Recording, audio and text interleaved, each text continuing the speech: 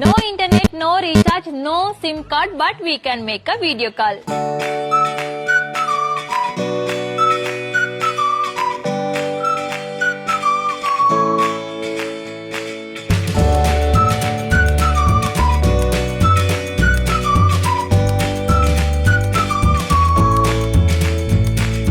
இந்த walkie டாக்ல video call மட்டும் இல்ல, நிறைய இமோஜிஸ் வச்சு போட்டோவும் எடுத்துக்கலாம், அதை ஷேரும் பண்ணிக்கலாம். நியூபார்ன் பேபிஸோட மாமிஸ்க்கு இந்த வீடியோ வாக்கி டாக்கி செம்ம யூஸ்ஃபுல்லா இருக்கும். குழந்தைங்க தூங்கும் போது அவங்க பக்கத்துல ஒரு வாக்கி டாக்கியும் இன்னொரு வாக்கி டாக்கி கிச்சன்ல வச்சுக்கிட்டே நீங்க வேலையும் பார்க்கலாம், அவங்களையும் பாத்துக்கலாம். இந்த வீடியோ கால் வாக்கி டாக்கிய mapify.com என்ற வெப்சைட்ல நீங்க வாங்கிக்கலாம், இல்ல பிளே ஸ்டோர்ல mapify ஆப்பை டவுன்லோட் பண்ணி வாங்கிக்கலாம். தமிழக அன்பானவருக்கும் வணக்கம். ரஜினி சார் வந்து ஒரு பிரஸ் மீட் கொடுத்திருக்கிறாரு. ஆக்சுவலா ஒரு பிரஸ் மீட் கொடுத்தாரு அப்படின்னு சொல்றதை விட சோசியல் மீடியா மூலமா அவர் அந்த பிரஸ் மீட் கொடுக்க வச்சாங்க அப்படின்னு சொன்னா எனக்கு தெரிஞ்சு கரெக்டா இருக்கும்னு நினைக்கிறேன். விஷயம் என்னன்னா, டிஎம்கே தோத்ததுக்கு அப்புறம் விஜய் சிஎம் ஆகிடவே கூடாது, அதனால டிஎம்கேவும் ஏடிஎம்கேவும் கூட்டணி வச்சு விஜய் சிஎம் ஆகாம நீங்க தடுங்க அப்படின்னு டிஎம்கேவும் ஏடிஎம்கேவும் ஒன்னா கூட்டணி வைக்கிறதுக்காக ரஜினிகாந்த் அவர்கள் போய் பேசி புரோக்கர் வேலை செஞ்சதா அப்படிதான் சொன்னாங்க. அவர் வந்துட்டு ஒரு புரோக்கர் தரகர் வேலை செஞ்சதா சோசியல் மீடியால பயங்கரமா பரவலா பேசப்பட்டிருந்து இந்த விஷயம் வெளியே தெரிஞ்சு சோசியல் மீடியால ரஜினி சார் போட்டு பொழக்க ஆரம்பிச்சிட்டாங்க. அதாவது காரணம்லாம் கேட்காதீங்க, அடிங்க அப்படின்ற அளவுக்கு மரணடி அடிச்சதுக்கு அப்புறம் ரஜினி சாரே வந்து என்னப்பா என்ன பார்த்து நீங்க இப்படிலாம் பேசுறீங்க, நான் அப்படிப்பட்ட ஆளா, நான் அப்படிலாம் கிடையாதுப்பா, எனக்கு என்னப்பா விஜய் சிஎம்ல எனக்கு என்னப்பா பொறாம இருக்கு அப்படின்ற மாதிரி ஒரு விளக்க ஒரே ஒண்ணு கொடுத்திருக்கிறாரு. உண்மையை சொல்லணும்னா ரஜினி சாரோட அந்த லெவலுக்கு, அவரோட ஸ்டேட்டஸ்க்கு, அவரோட ஏஜுக்கு, அவரோட அந்த அனுபவத்துக்கு இப்படி இறங்கி வந்து ஒரு இன்டர்வியூ கொடுத்து விளக்கம் சொல்லணும் அப்படின்ற அவசியம் அவருக்கு கிடையவே கிடையாது. ஏன்னா இந்த மாதிரியான வேலைலாம் அவர் செய்யக்கூடிய ஆள் தான் அப்படின்னு எல்லாருக்குமே கன்ஃபார்மா தெரியும். அதனால இப்படி வந்து விளக்கம் கொடுத்துதான் அவர் மறைக்கணும்னு அவசியம் இல்லை, அவர் இதெல்லாம் செய்யக்கூடிய ஆள் தான் அப்படின்றது எல்லாருக்குமே ஏற்கனவே பரவலா தெரிஞ்சனால அவர் விளக்கம் கொடுத்தும் 10 பைசா பிரயோஜனம் இல்லை. இது ஏன் சொல்றேன் அப்படின்னா, ரஜினி சார் ஸ்டாலின் அவர்களை போய் பார்த்தது 6ஆம் தேதி. 6ஆம் தேதி இவர் போய் பார்த்ததுக்கு அப்புறம் 7ஆம் தேதி திருமாவளவன் அவர்களை கூப்பிட்டு டிஎம்கே சார்பா பேசும்போது நம்மளும் டிஎம்கேவும் ஏடிஎம்கேவும் கூட்டணி வைக்கலாம் அப்படின்ற ஒரு ப்ரொபோசல் ஒன்று வந்திருக்கு அப்படின்னு திருமாவளவன் ஒரு நியூஸ் சேனலுக்கு இன்டர்வியூ கொடுத்துருக்காரு.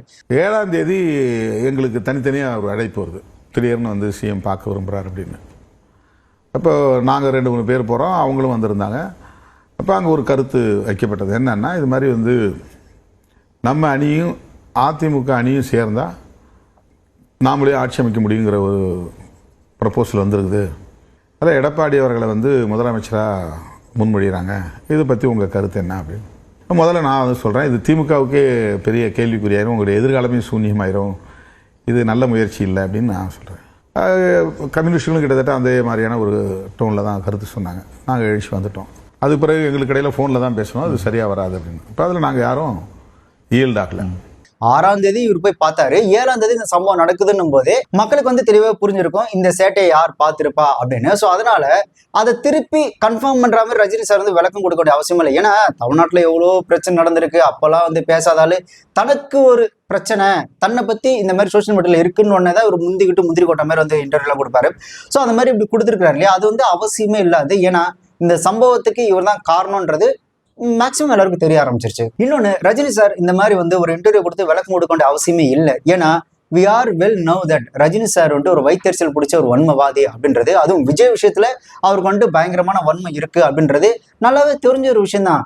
இப்போ ஒரு சின்ன பையன் நல்லா டெவலப் ஆகி வரான் அப்படின் போது அதை வந்து எந்த விதத்திலையும் ஏத்துக்க முடியாம ஜீர்ணிக்க முடியாம, அதனாலதான் அவரோட திரைப்படங்களை பார்த்தீங்கன்னா நான் தான் ஒன் சூப்பர் ஒன் அப்படின்றது, இந்த நான் தான்டா இனிமேல் அப்படின்றது, அலும்ப பார்த்தவங்க அப்ப விசில கேட்டவங்க, இதுக்கெல்லாம் என்ன ரீசன் அப்படின்னா, நம்ம கூட ஒருத்தர் வந்துட்டு கம்பேர் பண்ணி லைக் விஜய் வந்துட்டு சூப்பர் ஸ்டார்னு சொல்றாங்களே, அதாவது அடுத்த சூப்பர் ஸ்டார் ரேஞ்சுக்கு விஜய் அவர் வராருன்னு சொன்னதுக்கே வைத்தறிச்சல் தாங்க முடியாம தான் அலும்ப பார்த்தவன் கொப்பை விசில கேட்டவன் அப்படின்னு சொல்லி ஓவரா வந்துட்டு என்ன சொல்றது, ஒரு அந்த திரைப்படத்தின் பாடல் மூலியமா புலம்பி தன்னது. ஸோ இந்த மாதிரி விஜய் அப்படின்ற ஒரு விஷயத்தை எடுக்கும்போது கண்டிப்பா ரஜினி அவர்களுக்கு வன்மமும் வைத்தறிச்சலும் இருக்கிறதுனால இது கொண்டு ஒரு விளக்கம் கொடுக்க வேண்டிய அவசியம் இல்லை. ஆக்சுவலா ரஜினி சாருக்கு என்ன பிரச்சனை அப்படின்னா, ரஜினி சார் தான் அவருக்கு அவர் தான் பிரச்சனை.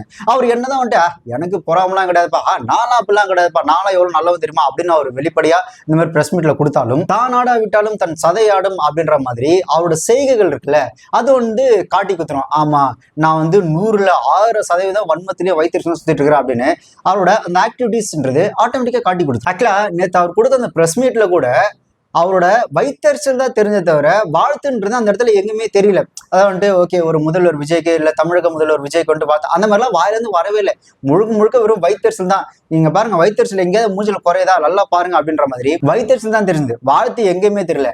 இருக்காத பின்ன நாம பார்த்து வளர்ந்த பையன் நமக்கு அப்புறம் வந்தான், அப்புறம் நம்ம கீழே வந்தான், அப்புறம் நம்ம கூட வந்தா இன்னைக்கு நம்மளை தாண்டி போயிட்டான்ற ஒரு வைத்தறிச்சல் கண்டிப்பா அவர் இருக்குதான் செய்யும். அதோட வெளிப்பாடு தான் அவர் கொடுத்த இந்த பிரஸ் மீட். இதுல வேற ஒரு ரிப்போர்ட்டர் கேட்டதுக்கு, சார் 2001 நீங்க வந்து கரெக்டா அரசியலுக்கு வந்திருந்தீங்கன்னா ஜெயிச்சிருப்பீங்க, 100% ஜெயிச்சிருப்பேன் அப்படின்றாரு. நொட்டி இருப்பாரு. 2001 நீங்க தேர்தல் கட்சி வச்சிருந்தா வெற்றி பெற்றுக்கலாம் என்ற ஒரு சொல்லப்படுகிறது. அது வந்து தவறுபட்டுமோன்னு நினைக்கிறீங்களா? இல்ல 100% வெற்றி பெற்றிருப்பாங்க, அதுல டவுட்டே கிடையாது. புடுங்கிருப்பாரு அப்படியே ஒரே புடுங்க புடுங்கி இங்க நட்டுருப்பாரு. வாய் என்ன வாயை வச்சுக்கிட்டு இது பேசுது. 2001 இவர் வந்திருந்தாருன்னா அப்படியே 234 தொகுதியில அமோக வெற்றி பெற்றிருப்பாரு. 2004 பாராளுமன்ற எலெக்ஷன்ல பாத்தீங்கன்னா நீங்க வந்து பாமகக்கு எதிராக வாக்களிச்சு பாமகவை தோற்கடிங்க. ஏன்னா 2002 அந்த பாபா பட பிரச்சனை வந்துச்சுல்ல, அதுல ரொம்ப என்ன சொல்றது கடுப்பாகி காண்டாகி ரஜினி அவர்கள் 2004 பாராளுமன்ற எலெக்ஷன் என்ன பண்ணாரு அப்படின்னா, பாமகக்கு எதிராக வாக்களிங்க, பாமக எல்லா தொகுதியிலும் தோக்கணும் அப்படின்னு சொல்லி ஒரு பரபரப்பா பிரஸ் மீட் எல்லாம் கொடுத்து என்ன சொல்றது பாமகக்கு எதிராக அவ்வளவு பேசினாரு. ஆனா பாத்தீங்கன்னா பாமக அவங்க ஜெயிச்சதுல பாத்தீங்கன்னா 6க்கு 6 தொகுதியில் இருந்தாங்க, 6 தொகுதியிலுமே ஜெயிச்சாங்க. அதாவது கிட்டத்தட்ட 100%. சோ ரஜினியோட பேச்சுன்றது 2004 எடுபடாம போயிடுச்சு. இதுல 2001 இவர் வந்திருந்தாருன்னா 100% வெற்றி பெற்றிருப்பாராம். என்ன சார் அப்புறம் என்ன சொன்னீங்க, நான் அரசியல்ல இல்லைன்னு சொல்லியாச்சு, நான் அரசியல் விட்டு விளையாச்சுன்னு சொல்லியாச்சு, அப்புறம் எதுக்கு நான் விஜய் பார்த்து ப்ராம் பண்ண அப்படின்னு சொன்னீங்கல்ல. நான் அரசியல் வந்து இல்லை, அரசியல் தான் நான் இல்லைன்னு சொல்லி விலகி ஆச்சு. அரசியல் நான் இல்லாத போது அவர் மேல எனக்கு ஏன் போறாம? அரசியல் கேள்வி கேட்க வேண்டாம், நான் ஆல்ரெடி சொல்லியிருக்கேன். Okay thank you sir. அரசியல்ல இல்ல, அரசியல் விட்டு விலகிட்டேன், அரசியல் வந்து பேச மாட்டேன் அப்படின்னா விலகுனா மொத்தமா விலகணும் சார். அதுக்கு பேர் தான் ஒரு நேர்மையான மனுஷனுக்கு அழகு. நான் அரசியல் விட்டு விலகிட்டேன் அப்படின்னு சொல்லிட்டு இந்த குறுக்குத்தனமான அரசியல் பண்றீங்க பாத்தீங்களா, அதுதான் கேவலமா இருக்கு. கடந்த 5 வருஷமா நாட்டுல எவ்வளவு பிரச்சனை நடந்தாலும் மக்களுக்கு எவ்வளவு பாதிப்பு இருந்தாலும் அதை பத்தி ஒரு வார்த்தை கூட பேசாத நீங்க கேட்டா நான் அரசியல் விட்டு விலகிட்டேன்னு சொல்ற நீங்க, இதே டிவி கேக்கு விஜய்க்கு ஒண்ணா அப்ப நான் உடனே நானே வந்துடுறேன், இந்த உங்க கூட ஜாயிண்ட் அடிச்சு நான் அவனுக்கு எதிராக பேசுறேன் அப்படின்ற மாதிரி பேசுறது இருக்குல்ல, அது ரொம்ப கேவலமான ஒரு அரசியலா இருக்கு சார். இப்போ யோசிச்சு பாருங்களேன், நாட்டுல 5 வருஷமா அவ்வளவு பிரச்சனை நடந்தாலும் நீங்க கடைசியா எப்ப அறிக்கை விட்டீங்க, ஆதவர்ஜுனா உங்களை பத்தி ஒரு மேடையில பேசிட்டாருன்னு உடனே காலம் பேசாது காத்திருந்து பதில் சொல்ல அப்படின்னு? இல்ல எனக்கு புரியல. நீங்க தான் அரசியல் விட்டு விலகிட்டீங்க, நீங்க தான் அரசியல் பேச மாட்டீங்க, உங்களுக்கு தான் அரசியல் உங்களுக்கு சம்மந்தமே இல்லையே. இப்ப ஆதவர்ஜுனா சொன்னவொடனே எங்கிருந்து பொத்துக்கிட்டு வந்துருச்சு? இல்ல இத்தனை நாளா நீங்க என்ன கோமால இருந்தீங்களா? ஆதவர்ஜுனா சொன்னதுக்கு அப்புறம் தான் கோமா தெரிஞ்சுதா? ஏன் 5 வருஷம் நாட்டுல வேற பிரச்சனையே இல்லையா? உங்களை டிஎம்கே ஏடிஎம்கே ஏன் இந்த நாம் தமிழர் கட்சி விடுதலை சிறுத்தைகள் கூட உங்களை வந்துட்டு மகா மட்டமா கேவலமா பேசியிருக்காங்க. அப்பெல்லாம் வாயவே திறக்கல. இப்ப ஆதவர்ஜுனா பேசின உடனே, ஏன்னா அது விஜய் கட்சியில டிவிகே கட்சின்றதுனால ஆதவர்ஜுனா பேசின உடனே இந்த நாட்டுக்கு எதுக்குமே பிரோஜனம் தான் அந்த இத்து போன அந்த லெட்டர் பேடை கொண்டு வந்துட்டு காலம் பேசாது காத்திருந்து பதில் சொல்ல அப்படின்றீங்க. எனக்கு புரியல. காத்திருந்து காலம்லாம் பதில் சொல்லியா, இன்னைக்கு நீங்க தான் உட்காந்து பதில் சொல்லிட்டு இருக்கிறீங்க. எனக்கும் விஜய்க்கு வந்து ஒரு ஜெனரேஷன் கேப், கிட்டத்தட்ட 25 இயர்ஸ் டிஃப்ரென்ஸ். நான் முதல்லயே சொல்லியிருக்கேன், நான் வந்து விஜயை வந்து நான் இதை கம்பேர் பண்ணிக்கிட்டா அது எனக்கு நல்லது இல்லை, கெட்ட பேர். விஜய் என்னை பற்றி கம்பேர் பண்ணிட்டா அவருக்கு நல்லது இல்லை. சின்ன வயசுலேருந்து அவர் பார்த்துட்டு இருக்காரு. அவர் சிஎம் ஆனதுல எனக்கு என்ன போகிறாங்க? நீங்க ஒரு இந்த இத்து போன லெட்டர் பேட் வச்சிருக்கீங்க, அதை வச்சு இந்த நாட்டுக்கு இது வரைக்கும் தேவையான ஏதாவது ஒண்ணு இந்த நாட்டோட பிரச்சனைக்காகவோ இல்ல மக்களுக்காகவோ மக்கள் சார்ந்த பிரச்சனைக்காக ஏதாவது ஒன்று லெட்டர் பேட்ல எழுதி கொடுத்துருக்கீங்களா? உங்களுக்கு எதனா பிரச்சனைனா போதும், ஒன்னா லெட்டர் பேட் எடுத்துட்டு வந்துரு, இல்ல ட்விட்டர்ல எடுத்துருங்க. சரி, இதுக்கு முன்னாடி எப்ப பேசுனீங்க? இந்த கரூர் விஷயத்தப்ப பேசுனீங்க. அதாவது உங்களை பொறுத்த வரைக்கும் நாட்டுல 5 வருஷத்துல 2 பிரச்சனை தான். ஒண்ணு கரூர் பிரச்சனை, இன்னொன்னு ஆதவர்ஜுனா உங்களை பத்தி பேசுனது. இது மட்டும்தான் உங்களுக்கு வந்து நாட்டுல நடந்த பெரிய பிரச்சனையே. மற்றபடி இந்த கொள்ளை கருப்பழிப்பு எதை பத்தி உங்களுக்கு அதை என்ன சொல்றது, அதெல்லாம் உங்களுக்கு ஒரு பிரச்சனையே கிடையாது. உங்க இமேஜ் ஒரு டேமேஜ் வந்துச்சுன்னா அப்படியே பொத்து விட்டு கோமால இருந்து முடிச்சிருவீங்க. ஏன் சார் நீங்க தான் அரசியல் விட்டு விளையாட்டீங்க, அரசியல் பேச மாட்டீங்கன்னு சொல்லிட்டு விஜய்க்கு எதிராக பேசுறன்ற பேர்ல கரூர் விஷயத்துக்கு பேசுனீங்க சார். நீங்க பேசினாலே உங்களை ஊற வச்சு அடிப்பாங்க சார். உங்க ஒய்ஃப் வேற வந்து பேசுறாங்க. ஆக்சுவலா அவங்களெல்லாம் பாத்தீங்கன்னா நான் ஏற்கனவே சொன்ன மாதிரி தமிழ்நாடு மேப்பை காமிச்சா கூட இதுதான் தமிழ்நாடுன்னு கேட்கக்கூடிய ஆள் சார் உங்க ஒய்ஃபு. அவங்களாம் வந்து தமிழ்நாட்டு மக்கள் மீது ரொம்ப அக்கறையாகவும் பாவம் இறக்கம் இருக்கிற மாதிரியும் சார். அவங்க ஸ்கூல் நடத்தி எத்தனை பேர் ஏமாத்தினாங்க, எத்தனை டீச்சர்ஸ்க்கு வந்துட்டு என்ன சொல்ற சம்பளம் கொடுக்காம அவங்க பழி வாங்கினாங்கன்றது அதெல்லாம் கடந்த கால வரலாறு அவ்வளோ இருக்கு. ஆனா அவங்களாம் வந்து கரூர் விஷயத்துக்கு கருத்து சொல்றாங்க சார். வன்மம். நேற்று கரூரில் நடந்த விபத்தை நினைத்து இதுவரைக்கும் எனக்கு மனசு பதறிக்கொண்டிருக்கிறது. ஜனங்களே, பொதுமக்களே, அன்பான தமிழ் மக்களே, எங்கு எது கூட்டமாக சேரும் நேரம் இருந்தாலும் பாதுகாப்பை மட்டும் விட்டுடாதீங்க. இந்த நிகழ்ச்சிகளை நடத்துபவர்களும் சரி, எல்லாரும் ஒத்துமையாக சேர்ந்து இனி இப்படி நடக்காமல் பார்த்து கொள்ள வேண்டும். என் மனசு அந்த நாம் தொலைத்தோமை குழந்தைகள் அவர்களிடம் இருக்கிறது. உங்களுக்கு வன்மம் இல்லைன்னு சொல்றீங்க, ஆனா ஒட்டுமொத்த குடும்பமே சேர்ந்து வைத்தறிச்சல சுத்திட்டு இருக்கீங்க விஜய் மேல. ஆனா அரசியல் விட்டு ஒதுங்கிட்டேன், அரசியல் பேச மாட்டேன் அப்படின்னு சொல்லிட்டு டிஎம்கே மேடல போட்டு அப்படியே மறைமுகமா அட்டாக் பண்ணி பேசுறது. இந்திய நாட்டு அரசியலில் ஒரு நட்சத்திரமாக இருந்து கொண்டு தமிழ்நாட்டு அரசியலில் இந்திய நாட்டு ஆளும் கட்சியினருக்கும் புதிய பழைய எதிர்கட்சியினர்களுக்கும் ஒரு சவாலாக இருந்து கொண்டு வாங்க 26ல பார்க்கலாம் அப்படின்னு. ஆனா இதாவது பரவாயில்ல, எலெக்ஷன் டைம்ல டிஎம்கேவோட கேன்வாஸ் வீடியோல பாத்தீங்கன்னா யூடியூப்பை திறந்தாலே நீங்க தானே சார் உட்காந்துட்டு டிஎம்கேக்கு முட்டு கொடுத்துட்டு இருந்தீங்க. ஆனா நீங்க அரசியல் இருந்து ஒதுக்கிட்டீங்க, அரசியல் பேச மாட்டீங்க. என்ன சார் அரசியல் பண்ண மாட்டேன் அப்படின்னு சொல்லிட்டு இப்ப விஜய்க்கு எதிராக பண்றாங்க அப்படின்னு தெரிஞ்சோன்னே இப்படி ஒரு மட்டமான அரசியல் பண்றீங்களே, அப்ப இதுக்கு பேர் வைத்தறிச்சல் வன்மம்னு சொல்லாம வேற என்ன சார் சொல்லுவாங்க? சார் இது நீங்க டைரக்டா சொல்லிட்டு போயிடலாம் சார், ஆமாப்பா நான் டிஎம்கேக்கு தான் சப்போர்ட் பண்றேன், என்னோட முழு ஆதரவு டிஎம்கேக்கு தான் அப்படின்னு டைரக்டா சொல்லிட்டு போயிருக்கலாம். இல்லனா ஆமா நான் விஜய்க்கு எதிராக தான் நான் பேசிட்டு இருக்கிறேன், சோ விஜயோட வளர்ச்சி எனக்கு பிடிக்கலன்னு சொல்லி நீங்க ஓப்பனா சொல்லிட்டு போயிடலாம். இப்ப கமல் சார் பாருங்க, அவர் ஒரு கட்சி ஆரம்பிச்சு அதுக்கப்புறம் செட் ஆகலன்னு சொல்லிட்டு டிஎம்கேவோட ஐக்கியமாயி, நல்லா புரிஞ்சுங்க, கமல் சார் டிஎம்கே கூட ஜாயின் பண்ணி as I am a DMK person அப்படின்னு சொல்லிதான் விஜய்க்கு எதிரான கருத்துக்கள் பேசினாரு. ஆனா நீங்க அப்படிலாம் கிடையாது அப்படின்னு சொல்லிட்டு ஏன் விளம் பண்றீங்க சார்? இப்படி ஒரு சில்லறத்தனமான ஒரு அரசியல் பண்ணி உங்க மரியாதை நீங்களே கெடுத்துருங்க சார். அப்புறம் ஆவோனா வர சொல்றாங்களே, 96ல மட்டும் என் தலைவன் நினைச்சிருந்தா, 96ல மட்டும் என் தலைவன் நினைச்சிருந்தா. இல்ல எனக்கு புரியல, 96 நினைச்சிருந்தா என்ன பண்ணிருப்பீங்க? சரி நினைக்க வேண்டியதானே, அதென்ன ஆவுனா நான் நினைச்சா காய போட்டா ஊற வச்சா துவைச்சா ஏன் பண்ண வேண்டியதானே, இறங்கி பண்ணாதானே சார் தெரியும். இது எப்படி தெரியுமா இருக்கு, இந்த கிரிக்கெட் பார்த்துட்டே இருப்பானுங்க டிவில, பார்த்துட்டே இருக்கும்போது சரியா பேட்ஸ்மேன் ஆடர்னா இங்க உட்காந்து சொல்லுவானுங்க, நான் மட்டும் அந்த இடத்துல இருந்தேன்னு ஏன் 6 பாலுக்கு 500 ரன் அடிப்பா அப்படின்னு சொல்லி வாய் உதாரணம் சொல்லிட்டு இருப்பாங்க. ஆனா அங்கிருந்து விளையாடுறது தான் அந்த கஷ்டம் தெரியும். ஆனா இங்க இருந்துட்டு வந்து பேசுறது அதான் சார். இந்த ரவுதிரம் படத்துல வந்துட்டு பி ராமானுஜம் அவர் பேசுனா, சார் என்னை பத்தி தெரியாம ஏன் சார் நீங்க இப்படி பண்ணீங்க அப்படின்ற மாதிரி தான் நீங்க பேசுறது. களத்துல இறங்கி அரசியல் பண்றது துப்பு இல்ல. இப்படி ஒரு கட்சிக்கு பின்னாடி முதுகு பின்னாடி போய் நின்றுகிட்டு ஒருத்தனுக்கு எதிராக பேசுற ஒரு அரசியல் நீங்க பண்ணிட்டு 96ல மட்டும் நான் வந்திருந்தா என்ன பண்ணிருப்பீங்க? திரும்ப அதான் கேட்கிறேன், இப்ப 96ல நீங்க என்ன பண்ணி கிழிச்சிட்டீங்கன்னு எனக்கு தெரியல. ஆக்சுவலா 96 டைம்ல பாத்தீங்கன்னா ஜெயலலிதா அவர்கள் முதல்ல சிஎம் ஆகிருந்தாங்க. முதல்ல சிஎம் ஆனதுனால அவங்களுக்கு அந்த ஆட்சி எப்படி நடத்துன்னு தெரியாம நிறைய மேல அலிகேஷன்ஸ், நிறைய குற்றங்கள், அவங்களுக்கு எதிராக நிறைய புகார்கள் இருந்தது. அதனால அவங்களுக்கு எதிராக மக்களும் இருந்தாங்க. சோ அந்த ஒரு சூழலை நீங்க பயன்படுத்திக்கிட்டு உங்களோட சொந்த பிரச்சனையை உள்ள எடுத்துட்டு சொல்லி வச்சுக்கிட்டு உங்களுக்கு டிஎம்கே ஏற்கனவே ரொம்ப பிடிக்கும் அப்படின்றதுனால, ஏன்னா டிஎம்கே உங்களுக்கு ஏன் பிடிக்கும்னு நான் ஏற்கனவே சொல்லிட்டேன், உங்களுக்கு எம்ஜிஆருக்கும் ஆவாது, அதனால நீங்க டிஎம்கே சார்பா போய் அதுல இருந்து நீங்க டிஎம்கே கூட பயணிக்கிறீங்கன்றது நல்லாவே தெரியும். ஸோ எம்ஜிஆர் உங்களுக்கு ஆகல அப்படின்றதுனால அவங்களோட கட்சி உங்களுக்கு சுத்தமா பிடிக்கல. எல்லாம் யோசிச்சு பாத்தீங்க அப்படின்னா உங்களுக்கு ஏடிஎம்கே மேலதான் காண்டு. நீங்க யோசிச்சு பாருங்க, எம்ஜிஆர் உங்களுக்கு செட் ஆகல, அதுக்கப்புறம் ஜெயலலிதா உங்களுக்கு செட் ஆகல. அதே மாதிரி ஏன் இந்த நீங்க கட்சி ஆரம்பிச்சீங்களே அப்ப கூட யாரு எதிர்த்து ஆரம்பிச்சீங்க? ஏடிஎம்கே எதிர்த்து ஆரம்பிச்சீங்க தவிர டிஎம்கே எதிராக நீங்க ஒரு கருத்து கூட சொன்னதே கிடையாது. இன்னொன்னு 96ல நான் அப்படி நான் இப்படின்றது, இந்த 2001 100% நான் ஜெயிச்சிருப்பேன் அப்படின்னா முட்டாள்தனமான பேசி தெரியாதீங்க சார். இப்போ 96ல நீங்க தனிப்பட்ட முறையில் ஒரு கட்சி ஆரம்பிச்சு 234 தொகுதியில ஆளுங்க நிக்க வச்சு நீங்க ஜெயலலிதாக்கு எதிராக ஜெயிச்சிருந்தீங்கன்னா எஸ் ரஜினி சூப்பர்ப்பா பயங்கரமான ஆள்ப்பா, ஒரு கட்சி ஆரம்பிச்சு 234 தொகுதியில ஆட்களை போட்டு ஜெயிச்சிட்டா இருப்பாரு அப்படின்னு சொல்லி ஒரு கெத்தா சொல்லலாம் சார். நீங்களே ஒரு பொம்பளை எதுக்கிறதுக்காக தனியா கட்சி ஆரம்பிக்க தைரியம் இல்லாம டிஎம்கேன்ற ஒரு பெரிய கட்சியோட முதுகுக்கு பின்னாடி போய் ஒளிஞ்சுக்கிட்டு நீங்க ஒரு லேடி ஏத்திருக்கீங்க சார். இதுல ஒன்றும் பெருமளவு ஒண்ணு கிடையாது சார். நீங்க ஒரு தனியா கட்சி ஆரம்பிச்சோன்னு ஜெயிச்சோன்னு இதுவா இல்லையா?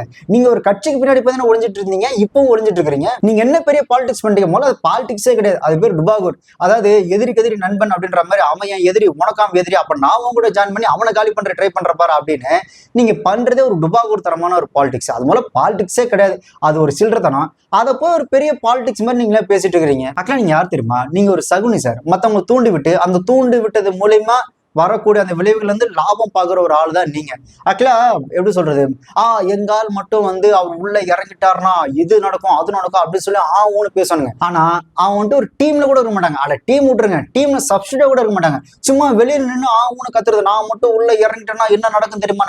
இறங்கி ஆனாதான் தெரியும். நீங்க சப்ஸ்டியூட்டா கூட இல்லாம வேடிக்கை பாக்குற ஆளு, இறங்கி ஓடுறவனுக்கும் வேடிக்கை பார்க்க நிறைய வித்தியாசம் இருக்கு சார். இந்த போட்டி நடந்தா வெளியில நின்று கைத்தட்டி ரசிக்கிற ஆள் தான் நீங்களே தவிர, நீங்க என்னமோ நான் மட்டும் உள்ள பூந்துட்டோன்னா புயல் மாதிரி அப்படியே புரட்டி போட்டுருன்ற அளவுக்குலாம் இங்க ஒன்றும் கிடையாது சார். இந்த அரசியல் விட்டுருங்க சார்.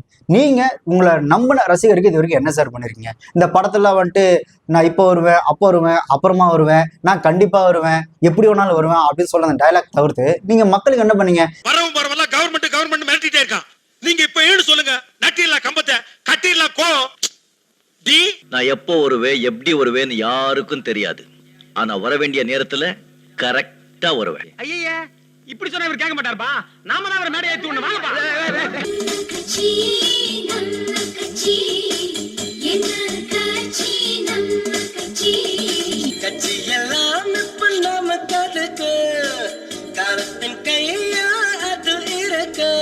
நீ சிஎம் ஆகணும். கரெக்ட். பாபா ஆட்சிக்கு வந்தா தேசபக்தி வளரும், தெய்வ பக்தி வளரும், மக்கள் அமோகமா இருப்பாங்க. வரேன், கண்டிப்பா வரேன். நீ மட்டும் நான் சொல்றது கேக்குறியா? அரசியலுக்கு வாவான்னு கூப்பிடுற சார். எங்க வர? நான் நல்லா இருக்கிறது உங்களுக்கு பிடிக்கலையா? நீங்க மட்டும் நல்லா இருந்தா போதுமா? மக்கள் நல்லா இருக்கணும்ல. எங்க உங்களுக்கு தான் எல்லாத்தையுமே வெற்றியாச்சே, இதுலயும் பூந்து பாத்திர வேண்டியதானே. நம்ம கையில என்ன இருக்கு மிஸ்டர் ரவி? எல்லாம் உன்ன கை மேல தூக்கிடு. இப்ப என்ன பாட்டு ஆரம்பிக்கலாமா? இந்த வந்துட்டான்றது, நான் அதோ ரெடி ஆயிட்டா அப்படின்றது, இந்த மாதிரி தூண்டி விட்டதை தவிர நீங்க உங்களோட ரசிகர்களுக்கு என்ன பண்ணீங்க? நான் அரசியலுக்கு வருவது உறுதி.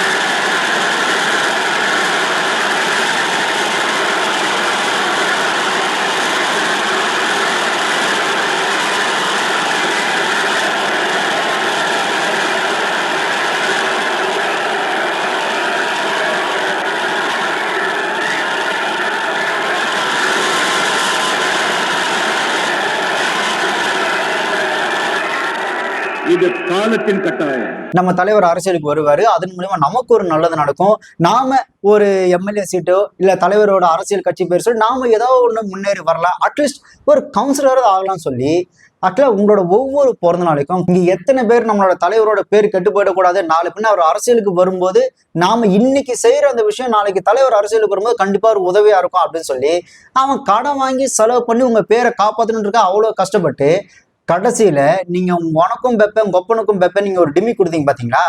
அதுல கடனாளியாய் நஷ்டம் அடைஞ்சவன் தான் இங்க அதிகமா தவிர உங்களால வாழ்ந்தவன்றது வரலாறுலாம் இங்க கிடையாது. ஆக்சுவலா உங்களுக்கு இந்த கட்ஸ் இல்ல அப்படின்னு சொல்றதை விட இன்னும் ஆழமா சொல்லணும் அப்படின்னா ஜீர்ணிக்கக்கூடிய அந்த மனப்பக்கம் இல்லை அப்படின்னு சொல்லலாம். ஏன்னா இப்போ உங்களுக்கு வந்துட்டு என்ன பிரச்சனைனா, உங்களுக்கு விஜய் அப்படின்ற பர்சன் வளருது அப்படின்றது உங்களுக்கு ஒரு பெரும் பிரச்சனையாவே பல வருஷமாவே இருந்துட்டே இருக்கு. அதனாலதான் இந்த நீங்க உங்களோட திரைப்படங்களை பாடல் வைக்கிறதா இருக்கட்டும், இல்ல அந்த கலாநிதி மாறன் உங்களுக்கு சார்ந்த ஆளுங்களை வச்சுட்டு அவர் தான் சூப்பர் ஸ்டார், அவர் தான் நம்பர் 1 சூப்பர் ஸ்டார் அப்படின்னு சொல்லி பேச வைக்கிறதா இருக்கட்டும். இந்த கலாநிதி மாறன் அவர்கள் கூட ஒரு ஆடியோ லஞ்சில் சொல்லியிருந்தார்ல, இப்போ ரஜினி சார் கால் பண்ணா இந்தியாவில இருக்க எந்த சிஎமும் உடனே போன் எடுப்பாங்க அப்படின்னு. இப்போ அவர் போன் பண்ணாங்க, இந்தியா இருக்க எந்த சிஎம் அவர் போன் எடுப்பாங்க. நீங்க தான் கால் பண்ண இந்தியாவில இருக்க எந்த சிஎம்மும் போன் எடுப்பாருங்க. ஏன் தமிழ்நாடு சிஎம் போன் பண்ணி பாருங்களேன் சார். அட்லீஸ்ட் நீங்க கமல் சார் மாதிரி ஒரு அரசியல் கட்சி ஆரம்பிச்சு ஒரு எலெக்ஷன் அட்டன் பண்ணியிருந்தா கூட பரவாயில்ல சார். நீங்க உங்களுக்குலாம் அதெல்லாம் சுத்தமா தைரியமே இல்லாம ஓடி போன ஆள் நீங்க. இப்போ நீங்க எப்படி தெரியுமா நினைச்சீங்க அரசியல் அப்படின்னா, நம்ம வந்தோன்னு மக்கள் வந்து அமோக வரவேற்பு கொடுப்பாங்க, கொடுத்த உடனே இந்த பாபா படத்துல மந்திரம் போட்டோன்னே காத்தாடு அப்படியே வந்து மடியில விடும் பாத்தீங்களா, அந்த மாதிரி நாம வந்துட்டு நான் அரசியலுக்கு வருவது உறுதி அப்படின்னு சொன்ன உடனே அப்படியே ஓட்டு வந்து கொட்டு நீங்க நினைச்சீங்க. ஆனா இந்த கலைஞரத்தை பார்த்தோன்னே அச்சிங்க ஒரு பெல்ட் அடிச்சு ஓடுனீங்க பாத்தீங்களா, அதுதான் உங்க தைரியம். நல்லா புரிஞ்சுக்கலாம். இதுல நிறைய பேர் வேற சொல்றானுங்க, இவங்க தலைவர் வந்து மக்களின் நலனுக்காக, மக்கள் கஷ்டப்படக்கூடாதுன்றதுக்காக அரசியல் விட்டு ஓட்டாருன்னு. எனக்கு புரியல.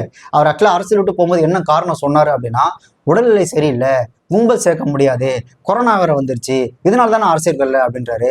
ஆனா எனக்கு தெரியலடா, அதுக்கப்புறம் அவர் நிறைய படங்கள் நடிச்சிட்டாரு, படத்துல நடிகைகள் கூட டான்ஸ் எல்லாம் ஆடுறாரு, கூட்டமா நடிகைகள்லாம் வராங்க. அப்பெல்லாம் வராத நோயாட உங்களை வந்து பார்க்கும்போது நோய் வந்துட்டு போதே. என்னடா அவர் மேடை போட்டு பேச போறாரு, நீங்க கீழே இருந்து வேடிக்கை பார்க்க போறீங்க. இதுதான் எல்லா அரசியல் கட்சியிலும் நடக்குது. ஒரு மேடையில் நின்று பேசி ஒரு அரசியல் பண்றதுக்கான தைரியம் கூட இல்லை. ரொம்ப சிம்பிள். காசு செலவு பண்றதுக்கு ஆளுக்கு மனசு கிடையாது. ஒரு சின்ன தைரியம். இப்ப விஜய் வந்துட்டு அரசியலுக்கு வரும்போது இதுதான் என் கடைசி படம், ஜனநாயகம் தான் கடைசி படம் அப்படின்னு சினிமால பீக்ல இருக்கும்போது ஒட்டுமொத்தமா அப்படி உதறி தள்ளிட்டு வந்துட்டாப்புல விஜய் வந்து இந்த அரசியல் வேலையை கரெக்டா பார்த்தாப்புல அவருக்கான ஒரு இடம் கிடைச்சது. நீ ரஜினி யோசிச்சு பாரு, ஆக்சுவலா படையப்பா படம் நடிக்கும் போது இதுதான் என் கடைசி படம் அப்படின்னு சொன்னாரு. அதுக்கப்புறம் எந்திரன் படம் நடிக்கும் போது இதுதான் என் கடைசி படம்னாரு. அவருக்கு என்ன சொல்றது, அந்த படத்தை விடவும் மனசு இல்ல, அரசியலுக்கு வந்து செலவு பண்றதுக்கும் எண்ணமும் இல்லை. இந்த படத்தை விட்டுட்டா வருமானம் காசு வராது, அதே மாதிரி அரசியலுக்கு வந்தா வந்த வருமானம் அரசியலுக்கு வந்து செலவாயிடும். அப்புறம் செலவாயிடும் தோத்து போயிட்டோம்னா சிஎம்மா வந்து உட்காந்தா பரவாயில்லப்பா, போட்ட காசு சம்பாரிச்சிடலாம். ஆனா வந்துட்டு தோத்து ஈத்து போயிட்டோம் அப்படின்னா போட்ட காசுலாம் வேஸ்ட் ஆகிடும். சரி உன் படமே நடிச்சுட்டு பக்குவமும் போயிடலாம் அப்படின்னு தான் அவர் அரசியலுக்கு வராம எஸ்கேப் பண்ணது காரணமே. ஆனா அதுக்கு அவர் உருட்டு தான் கொரோனா வந்துருச்சு, எனக்கு இந்த மாதிரி ஆப்ரேஷன் பண்ணனால எனக்கு வந்து கூட்டம் ஒத்துக்காது அப்படின்னு சொன்ன அந்த நபர் தான் இன்னைக்கு 100 பேர் 200 பேர் 500 பேர்னு கூட்டமா ஷூட்டிங் போயிட்டு இருக்காரு. ஆக்சுவலா ரஜினி சார் வந்து அரசியல்னா என்ன நினைச்சிட்டாரு அப்படின்னா, நாம எப்பேற்பட்ட ஆளு, நம்ம எப்பேற்பட்ட ஒரு பிம்பம், நாமெல்லாம் வந்தோன்னா சும்மா 234 தொகுதியிலும் பார்த்தோன்னா என்ன சொல்றது, நம்ம எழுத்து நிக்கிறவங்க கூட அவனே ஓட்டு போட்டு மாட்டான், அது நமக்கு தான் போடுவான் அப்படின்ற அளவுக்கு ரஜினி சார் ஒரு மைண்ட் செட்ல போயிருந்தார். லைக் இந்த நாட்டாம படத்துல செந்தில் சொல்றாருல, நான் வந்து இப்படி உட்காருவேனா, நீங்க அந்த மலையை தூக்கி வச்சு அப்படியே நீங்க கையில வைப்பீங்களா, நான் அப்படியே தூக்கிட்டு போறேன், அந்த கான்செப்ட்ல தான் பொலிட்டிக்கலுக்கு வந்தாரு. ஆனா வந்ததுக்கு அப்புறம் தான் இது நமக்கே வேலைக்கு ஆகாது, நம்மள இந்த பொலிட்டிக்கல்ல வச்சு செஞ்சிருவானுங்க அப்படின்னு எஸ்கேப். இதுல இவர் எஸ்கேப் ஆனதுக்கு திமுகவும் ஒரு காரணம்னு நியூஸ் எல்லாம் வந்திருக்கு. ஆனா அப்பெல்லாம் ஆள் வந்து அறிக்கையோ விளக்கமாலாம் கொடுக்கல, இதை இப்ப மட்டும் தான் விளக்கம் கொடுக்குறாரு. இவரு கூட தான் அரசியல் வரும்போது இந்த எலெக்ஷன் மட்டும், இந்த தேர்தல் மட்டும் நீங்க வராதீங்க அப்படின்னு சொல்லி திமுக கேட்டுக்கொண்டதா பேப்பர்லாம் வந்துச்சு. ஏன் அப்பெல்லாம் வந்து அறிக்கை கொடுத்துருக்கலாமே சார்? உங்களுக்கு ஒரு விஷயம் புரியல. ஆக்சுவலா விஜய்க்கு மக்கள் வாக்கு செலுத்துக்கான மிக முக்கிய காரணம், விஜய தங்களை விட்டு பிள்ளையா பார்த்தாங்க. பட் உங்களை வந்துட்டு ஒரு தலைவன் அப்படின்ற இடத்துல வச்சு பார்த்தாங்க. விஜய தங்களுடைய பிள்ளையா பார்த்தனால்தான் அந்த ஒரு அன்பு நன்றின்ற அந்த ஒரு ஃபார்மெட்ல தான் விஜய்க்கு வாக்கு செலுந்தது. விஜய் மேல இருந்தது ஒரு பியூர் அன்பு சார், உங்க மேல இருந்து ஜஸ்ட் கூவல். நீங்க என்ன பண்றீங்கன்னா, உங்களை சுத்தி இருக்கிற ஆள்லாம் பாத்தீங்கன்னா உங்களுக்கு ஜால்ரா அடிக்கிறது, உங்களுக்கு ஜிங்சாங் போடுறது, உங்களுக்கு கூவுறது, அந்த மாதிரி ஒரு கூட்டத்தை வச்சிருக்கீங்க. அதனாலதான் உங்களை வந்துட்டு பாலிடிக்ஸ்ல பெருசா ஜொலிக்க முடியல. அன்புக்கும் கூவலுக்கும் நிறைய வித்தியாசம் இருக்கு சார். அப்புறம் என்னதோ சொல்லுவானுங்களே, எங்க தலைவர் பத்தியா கையில சிகரெட் எவ்வளவு ஸ்டைலா வச்சுக்கிட்டு பிரஸ் மீட் எல்லாம் கொடுக்குறாருன்னு. ஆனா பைத்தியக்கார மென்டல் பசங்களா, அது வந்து பப்ளிக் நியூசன்ஸ்ரா. அவரு தான் நான்சென்ஸ் மாதிரி நியூசன்ஸ் பண்ணிட்டு இருக்கிறாருன்னா அதை போய் பெருமையா பேசிட்டு இருக்கிற. ஏன்டா நியூசன்ஸ் எதுனே உனக்கு தெரியல, நம்ம ஆப்போசிட்ல இத்தனை பேர் இருக்கிறாங்க, நம்ம சிகரெட் பிடிச்சி நிக்கிறோம், அது வந்துட்டு நாம அவங்கள மதிக்காத மாதிரி இருக்குமே, அது மரியாதை இருக்காது, இது ஒரு நியூசன்ஸ் ஆச்சுன்னு அந்த நியூசன்ஸ் எதுன்னு கூட தெரியாத மென்டலா இருந்தீங்கன்னா உங்களை நான் என்னன்னு சொல்றது? உங்களுக்கும் விஜய்க்கும் அந்த ஜென்ரேஷன் கேப் அப்படின்ற ஒரு விஷயத்தை தாண்டி உங்க 2 பேருக்கும் நிறைய வித்தியாசம் இருக்கு சார், நடவடிக்கையிலேயே. நீங்க உங்களோட திரைப்படங்களா, நான் அரசியலுக்கு வருவேன், அரசியலுக்கு வருவது உறுதி அப்படின்ற மாதிரியான வசனங்களா பேசிக்கிட்டு இந்த மேடை போட்டு நான் கண்டிப்பா அரசியலுக்கு வருவேன் அப்படின்னு வாக்குறுதிலாம் கொடுத்துட்டு நீங்க உங்களோட ரசிகர்களை நம்ப வச்சு கழுத்தறுத்து ஏமாத்துனீங்க. பட் விஜய் எப்படி அப்படின்னா, அவரும் நான் அரசியலுக்கு வரேன், நான் அரசியலுக்கு வர உறுதி அப்படின்னு உறுதியா நின்று அவரை நம்பின ரசிகர்களுக்கு இன்னைக்கு பதவி கொடுத்து கவுன்சிலர் சீட்டாவது கொடுத்து அவங்களை ஜெயிக்க வச்சு எம்எல்ஏலாம் ஆக்கி வச்சிருக்கிறாப்புல. இதுதான் உங்களுக்கும் விஜய்க்கு இருக்கிற ஒரு மிகப்பெரிய ஒரு வித்தியாசம். 2வது, அவருக்கு இருக்கிற தைரியம் உங்களுக்கு கிடையாது. ஆக்சுவலா நீங்க இந்த பொலிட்டிக்கலா செட் ஆக மாட்டீங்க சார். நீங்க எதுக்கு கரெக்டா சூட்டபிளா இருப்பீங்க அப்படின்னா, ஸ்லோ மோஷன்ல நடந்து வந்து வா அலும்ப பார்த்தவன் கொப்ப விசில கட்டவன், இந்த பாட்டுக்கெல்லாம் நீங்க கரெக்டா சூட் ஆவீங்க. பொலிட்டிக்கல் உங்களுக்கு வரல சார். இல்லைன்னா இந்த ஜெயிலர் படத்தோட ஆடியோ லான்ச்ல இந்த காக்கா கழுக்காக சொன்னீங்களா, அந்த மாதிரி ஜெயிலர் 2 ஆடியோ லான்ச்ல யானை குதிரை சிங்கம் புலி அந்த மாதிரி ஏதாவது கதை சொல்லுங்க சார், நல்லா இருக்கும். ஆனா பாருங்களேன், ஜெயிலர் 1ல விஜய் கலாய்க்கிறேன், விஜய்க்கு எதிராக பேசுற அப்படின்ற பேர்ல அந்த காக்கா கழுகு கதை வந்து ஆடியோ லான்ச்ல சொல்லியிருந்தீங்க. ஸோ இது வந்து இது காக்கா கழுகுன்னு சொன்ன உடனே நம்ம மீடியா, சோசியல் மீடியா இவரை காக்கான்னு சொல்லிட்டாரு, இவரை கழுகுன்னு சொல்லிட்டாரு அப்படின்னு எல்லாம் கழிப்பிடாதீங்க. எல்லாம் நடக்குதுன்னு நான் சொல்றேன், வேற எல்லாம் அர்த்தம் இல்லாதீங்க கொடுக்காதீங்க தயவு செஞ்சு. இந்த காக்கா வந்துட்டு சின்ன சின்ன இடத்துல சும்மா போய் குத்துறது, இது பண்றது, அந்த மாதிரி எல்லாம் கரெக்டா பண்ணிட்டே இருக்கும். இந்த கழுகு இருக்கு இல்லையா, அது மேலே பறக்கும், எப்போ வந்து கீழே வரும். ஸோ இதுக்கு வந்து பொறாமை. அந்த காக்கா போயிட்டு அந்த கழுகு போய் கொத்தும், அந்த கழுகு வந்து ஒண்ணுக்கு பண்ணாது, அது இன்னும் கொஞ்சம் மேலே போகும், காக்காவும் போகும், அது மேலே போகும்போது அதுக்கு மேலே முடியாது, கீழே வந்து. அர்த்தமா இந்த ராஜா. இப்போ ஜெயிலர் 2 ஆடியோ லான்ச் நடக்கணும்னாலே அதுக்கு நீங்க சிஎம் ஆன விஜய் அவர்கிட்ட போய் பெர்மிஷன் கேட்கணும். இந்த தேவன்னு சொல்லுங்களேன், காலை எவ்வளவு வேகமா சுத்துது பாத்தீங்களா? அப்புறம் ஒரு சின்ன ரெக்வஸ்ட் சார், ஆக்சுவலா விஜய் அவர்கள் இந்த அரசியலுக்கு வந்ததுக்கு அப்புறம் அவங்களோட ரசிகர்களை தொண்டர்களாம் மாற்றி அரசியல் மையப்படுத்தி அவங்களுக்கு ஒரு யூனிஃபார்ம் மாதிரி ஒயிட் ஷர்ட் ப்ரௌன் பேண்ட் கொடுத்துருக்காரு இல்லையா, அந்த மாதிரி நீங்க உங்களோட ரசிகர்களுக்கு தயவு செஞ்சு நீங்க அந்த யூனிஃபார்ம் கொடுத்துருங்க சார். அதான் சார், இந்த கிரீன் கலர் கவுன், இந்த கிரீன் கலர் பேண்ட் ஒன்று அந்த ஹாஸ்பிட்டல்லாம் பைத்தியக்கார ஹாஸ்பிட்டல் போட்டிருப்பாங்களே, அந்த யூனிஃபார்ம் தயவு செஞ்சு கொடுத்துருங்க. ஏன்னா இவனுக்கு வந்து சோசியல் மீடியால பேசுறதுலாம் அப்படிதான் சார் இருக்கு. இன்னொன்னு, அவங்களை கண்டுபிடித்து கொஞ்சம் கஷ்டமா இருக்கு சார். கூட்டமா இருக்கிறாங்களா, அவங்க பேசும்போது தான் அட மென்டலு அப்படின்னு கண்டுபிடிக்க முடியுது, மற்றபடி அவங்க சாதாரண போது கண்டுபிடிக்க முடியல. நீங்க இந்த யூனிஃபார்ம் கொடுத்துட்டீங்களா, ஓகே அப்படின்னு சொல்லி கண்டுபிடிச்சலாம். ஏன்னா உங்க ஃபேன்ஸ் பேசுறதுலாம் பயங்கரமா மென்டல் தரமா சோசியல் மீடியா பேசிட்டு இருக்காங்க சார். அதுலயும் ஒருத்தர் நியூஸ் சேனல் போட்டு இப்படி பைத்தியகாரத்தனமா பேசுறான், நாங்க என்னத்த பண்றது சொல்லுங்க.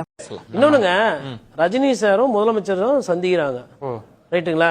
2 பேரும் காலைல என்ன டிஃபன் சாப்பிட்டீங்க, சட்னி என்ன வச்சீங்க, கெட்டி சட்னியா தண்ணி சட்னி, இதுவா பேசியிருப்பாங்க? வேற என்ன பேசியிருப்பாங்க? அரசியல் பேசியிருப்பாங்க. இதை யாரு கூர்ந்து கவனிச்சிருக்கணும்? விஜய் அவர்கள் கூர்ந்து கவனிச்சிருக்கணும். அடுத்த நிமிஷம் வண்டி எடுங்க. இதுல என்ன ரஜினிக்கு என்ன சார் ரோல் இருக்கு? நீங்க ரஜினியை வெறும் சூப்பர் ஸ்டார் நினைக்கிறீங்களா? ரஜினி சாரா? சார் ஆசைப்பட்ட ஜனாதிபதி சார், அவரு ஆசைப்படல.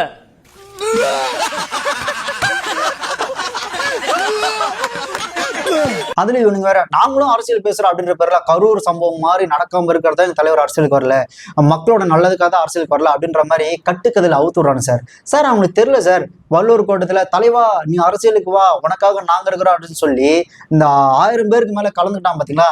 அவன் எல்லாருமே உங்களுக்காக பணத்தை செலவு பண்ணி என் தலைவன் அரசியலுக்கு வருவான் அவனுக்காக நாங்களாம் இவ்வளவு செலவு பண்றோம்னு சொல்லி பணத்தை செலவு பண்ணி நடுத்தருக்கு வந்து ஒரு என்ன சொல்றது மனசு வெந்து மனநலம் பாதிக்கப்பட்டு வள்ளூர் கோட்டத்துல உங்களுக்கு போராட்டம் பண்ணா பாத்தீங்களா. அதெல்லாம் இவனுக்கு பார்க்கவே இல்லைன்னு நினைக்கிறேன். பைத்தியகாரத்தனமா பேசிட்டு இருக்கானுங்க. இதுல ஹைலைட் என்னன்னா எங்க தலைவர் மக்கள் மீது அக்கறை கொண்டுதான் இந்த அரசியலுக்கே வரல அப்படின்னு சொல்றானுங்க.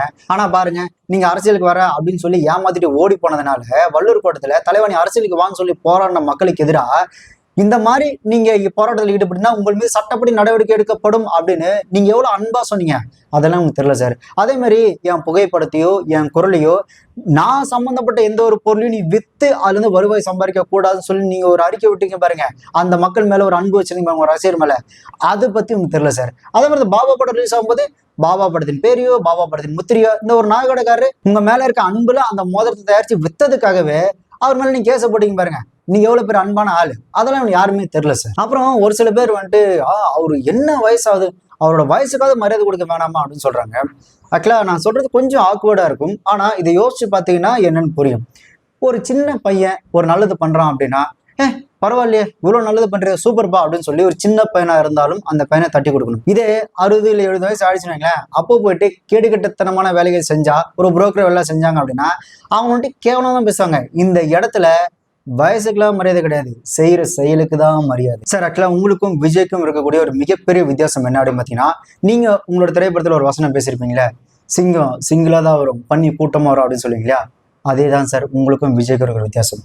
ஆக்சுவலா நீங்க ஜெயலலிதான்னு ஒரு பெண்ணை எதுக்கிறதுக்காக கூட்டமா ஏடிஎம்கே அவங்க கூட அந்த கூட்டணி கூட அந்த கட்சிகள் கூட்டமா வந்து ஜெயலலிதா எதிர்த்தீங்க சார். ஆனா விஜய் பாத்தீங்கன்னா சிங்கிளா ஒரே ஆளா இருந்து டிஎம்கே ஏடிஎம்கே பிஜேபி நாம் தமிழர் இருக்கக்கூடிய எல்லா கட்சிக்கு எதிராக நின்று சிங்கிளா நின்று ஜெயிச்சாரு சார். ஸோ அப்படி பார்க்கும்போது அப்போ சிங்கம் சிங்கிளா தான் வரும் பண்ணி கூட்டமா வரும்ன்ற அந்த வித்தியாசம் தான் சார் உங்களுக்கும் விஜய் அவர்களுக்கும். நீங்க 96ல பண்ணதும் சரி, இப்போ இந்த 2026ல பண்றதும் சரி, ஒரு கட்சியோட முதுகு பின்னாடி போய் நின்றுகிட்டு பண்ற அரசியல்ன்றது சில்லறத்தனமான ஒரு கேவலமான அரசியல். அதுல இன்னும் கேடுகட்டது எதுன்னா நான் அரசியல் விட்டு விலகிட்டேன், நான் அரசியல் பேச மாட்டேன் அப்படின்னு சொல்லிட்டே இந்த மாதிரி ஒரு வேலையை பண்றீங்க பாருங்க, அது ரொம்ப ரொம்ப கேடுகட்டத்தனமான ஒரு அரசியல்.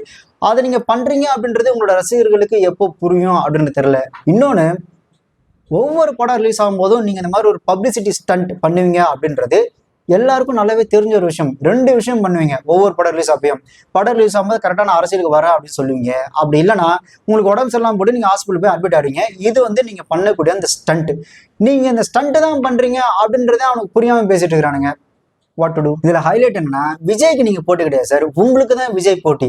நீங்க தான் ஒவ்வொரு தடவையும் ஒவ்வொரு படம் ரிலீஸ் ஆகும் போதும் விஜய் வந்துட்டு எனக்கு எதிரானாலு நான் கழுகு காக்கா அப்படின்னு சொல்லி நீங்க தான் விஜய்க்கு போட்டி நீங்களே போட்டு ஒவ்வொரு மேடலையும் போய் வாக்குமூலம் கொடுக்கல தவிர, விஜய் எந்த இடத்துலயும் வந்துட்டு எனக்கு போட்டி ரஜினி தான், எனக்கு வந்துட்டு அரசியல்ல ரஜினி தான் போட்டி நீ எந்த இடத்துலயும் சொல்றதே கிடையாது. இப்ப கூட பாருங்க, இந்த பாலிடிக்ஸ் ரீதியா நீங்க பேசும்போது கூட நீங்க தான் விஜய்க்கு எதிராக நீங்க உங்களை நீங்களே நினைச்சுக்கல தவிர விஜய் உங்களை ஒரு ஆளா கூட மதிக்கல சார். சார் ஒரு விஷயம் யோசிச்சு பாருங்க, விஜய் சின்ன பையனா இருக்கும்போது நீங்க சூப்பர் ஸ்டாரா இருந்தீங்க.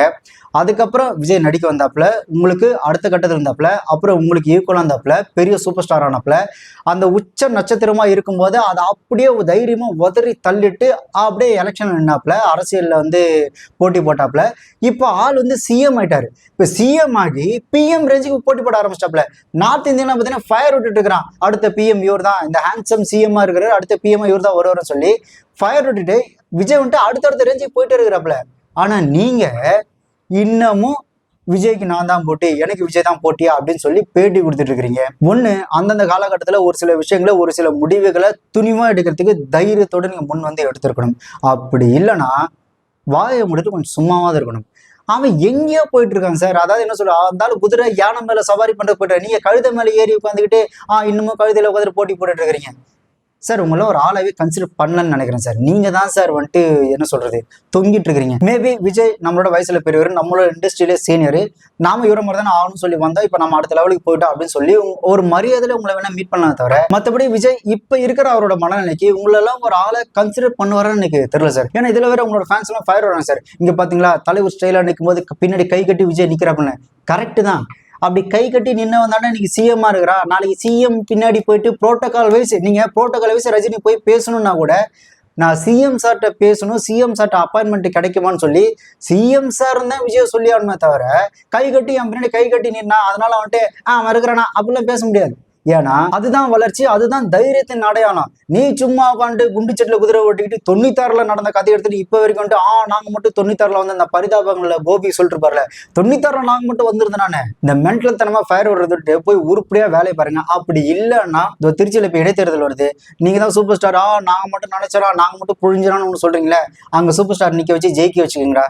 இப்ப எனக்கு தெரிஞ்ச சூப்பர் ஸ்டார் என்ன தடவை பண்ணாரு, அடுத்தவங்க கையை காலை பிடிச்சி ஆல்ரவுண்டர் போஸ்டிங் வாங்குறதுக்கு வாய்ப்பு இருக்கே தவிர நின்று ஜெயிக்கிறதுக்கு வாய்ப்பும் இல்லை, அதுக்கு அந்த தைரியமும் அவர்கிட்ட கிடையாது. சார் நீங்க இந்த வழக்கம் போல இந்த ஒரு கட்சிக்கு பின்னாடி நின்று ஒரு சில்லறத்தனமான ஒரு பாலிடிக்ஸ் பண்ணுவீங்களா, நீங்க அதையே பண்ணுங்க சார். நமக்கு இந்த டைரக்ட் பாலிடிக்ஸ்லாம் வேணாம். ஏன்னா அதுக்கெல்லாம் ஒரு தைரியம் வேணும், தியாக மனப்பான்மை வேணும், மக்களுக்கு செய்யணுன்ற ஒரு அந்த நல்ல எண்ணம் இருக்கணும் சார். ஸோ அதெல்லாம் நமக்கு அந்த பாலிடிக்ஸ்ல செட் ஆகுது. நீங்க அதெல்லாம் தயவு செஞ்சு பண்ணாதீங்க. நீங்க இந்த வழக்கம் போல இந்த வைத்தறிச்சல் ஒண்ணு பண்ணுவீங்களே,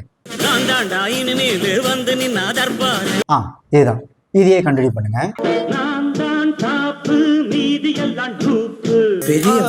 சாரி மேடம். வினோ நீங்க சொல்லுங்க.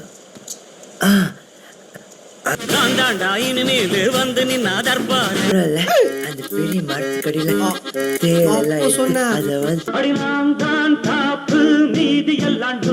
அதே மரமா அந்த மரம் தான் நானும் சாக்லேட்ல போட்டு